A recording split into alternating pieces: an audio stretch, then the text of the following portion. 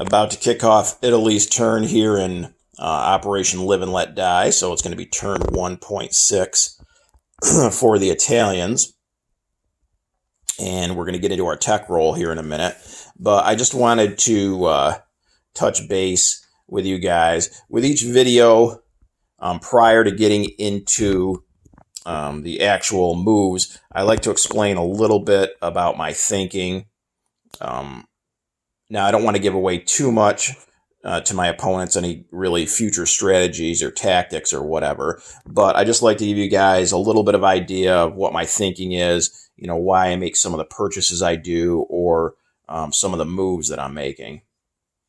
And here with Italy, I feel like I'm already forced to do, I'm going to be doing two things this turn as the Italians that I really don't want to do. I feel like I really don't have much of a choice, though. So I'm a little bit out of my comfort zone already with the Italians here on turn one.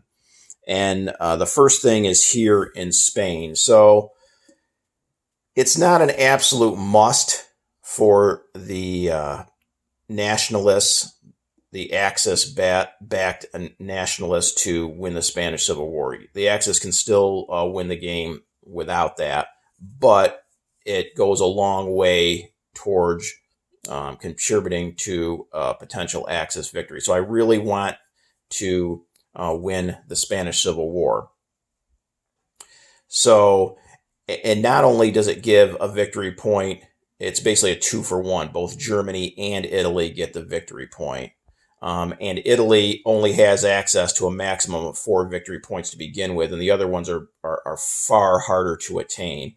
So also another thing is, if you look at some of the victory objectives for some of the countries, they can fluctuate. So for instance, Germany, there's certain land masses or territories that Germany can attain that get them a victory point. So let's say on turn 12, Germany has territories X, Y, and Z, which give them a victory point. Well, by turn 15, maybe one or more of those territories have been taken by the allies of the Comintern, and now Germany doesn't have that victory point.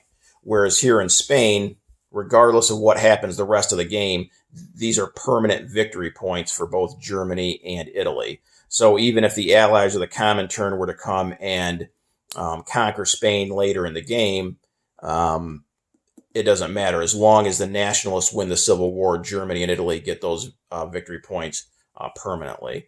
So I really want to try to do everything I can to win in Spain.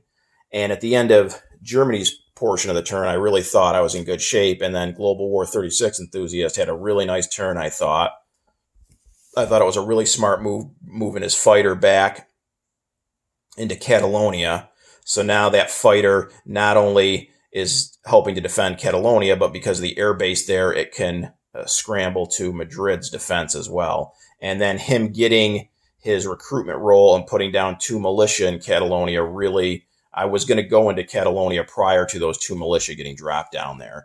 So where I'm bringing this all around to is with Italy on turn 1, I really like to get work started on a second major factory.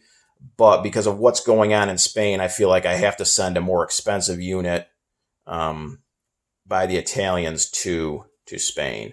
So that is one of the things that I really don't want to do, but I feel like I have to. So now let's go ahead and do our tech roll. So we're going to go for wartime economy. So we need a 7 or a higher, and we got a 5. So turn 1 has not gone well for the Axis in terms of technologies. We've got 1 tech, and that is Germany with advanced mechanized. So hopefully I'm getting the bad rolls out of the way here on turn 1 for my tech.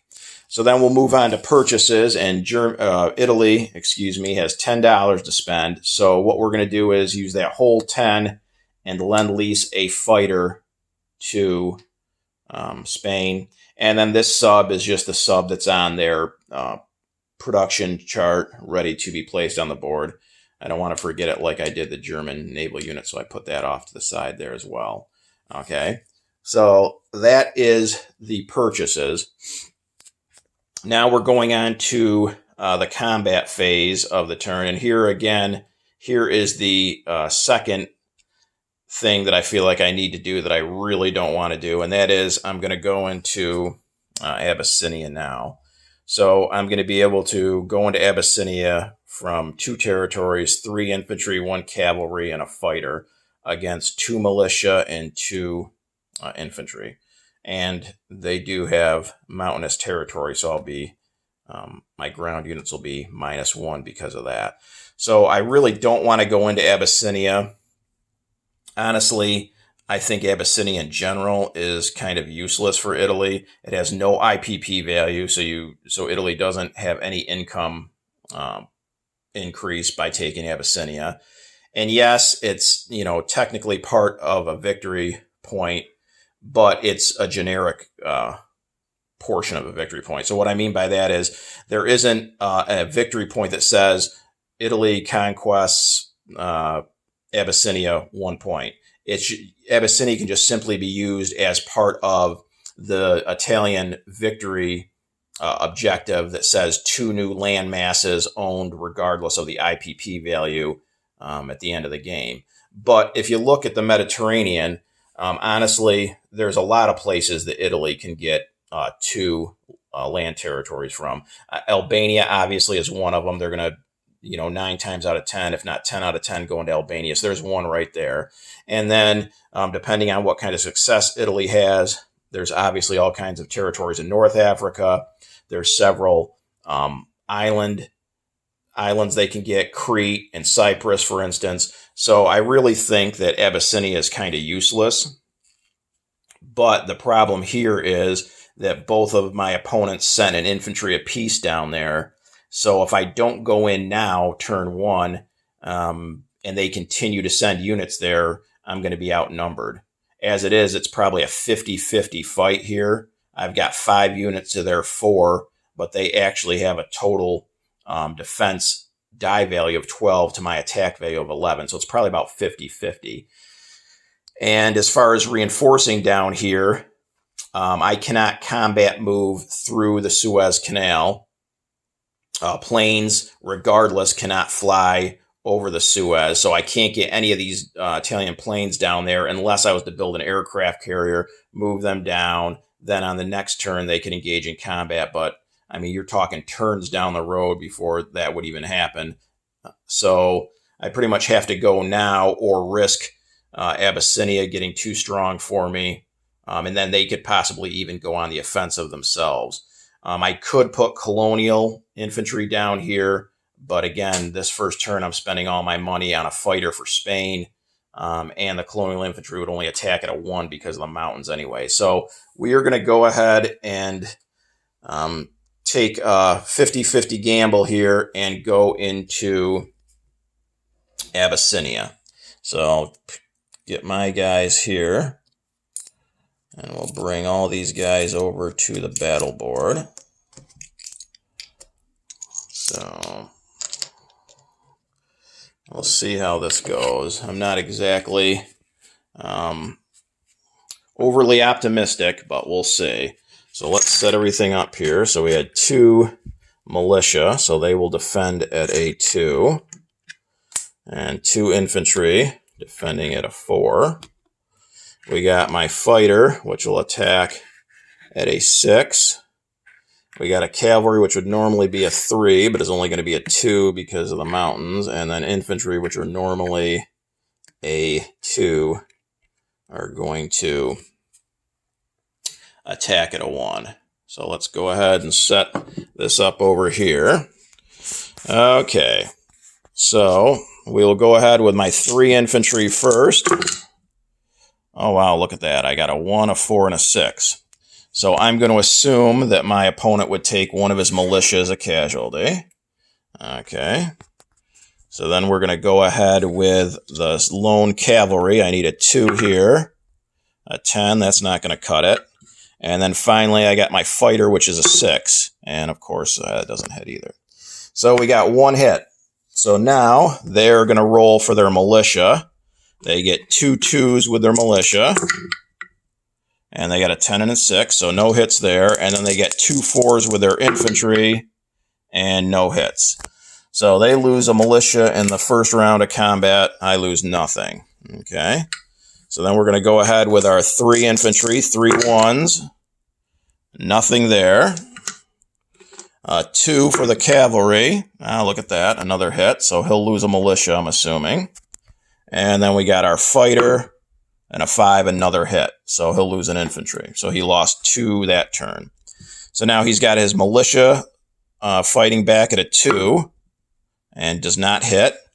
And then he's got 2 infantry at 4 and wow, 2 hits. So I'm going to lose 2 infantry. So we're into round 3 here, and I have an infantry, a cavalry, and a fighter left, and he has a single infantry. So let's try to finish this off with our fighter first, a 6 or less, and of course we don't hit. A 2 for the cavalry. Oh, look at that, another hit. My cavalry hit twice. His infantry, a 4 in return, does not hit. So Abyssinia falls. Okay, so I guess that went pretty well for me, all things considered. So let's put our cavalry and our fighter and our infantry down in Abyssinia. So Abyssinia is now Italian. And that's it for combat movement. I'll go ahead and put an Italian marker down on Abyssinia here at the end of the turn. So now we're going to non-combat. So from how I read the rules, the British can go ahead and close the Suez to nations they're at war with, but Italy's neutral. We're not at war with each other. And it's not a combat move. I'm simply wanting to move my cruiser and my destroyer from Sea Zone 82. So I should be able to go through the Suez without even asking permission. Maybe I'm wrong. If I am, and if Fighting Irish wants to close Suez, then I'll go ahead and move these back. But I believe I have the ability to move those 2. So these 2 ships are going to go 1, 2, 3 up here to Sea Zone 50 outside of Rome. Okay. Also, this Italian sub in 80 is going to move up to 50. And then this entire Italian fleet here in 51 is going to come over and go to 50 as well. So every Italian ship in the Mediterranean is going to be in Sea Zone 50. And I'll go ahead and clean that up and put down. I already have an Italian marker I can put down for that fleet. So that is going to be the naval movements. Then I'm going to move this fighter up 1 spot to Cyrenaica. Okay, so that's in that territory. This last sub, move over there as well. I'm going to keep all the ground units in Italy itself. Okay, and that should be it for non-combat. So then we are going to place our units. So the Lend-Lease fighter, this is the nearest port. So Andalusia is where the fighter is going to go. And then the sub that I get to place on the board from the production chart is going to go into 50 as well. Okay, and that should be it for Italy's turn. So they collect $10 again, and that should do it. So I'm going to be turning things over to Fighting Irish here. He's going to finish off turn 1 with the Americans and the KMT. Thanks for watching, guys. We'll see you on Germany turn 2.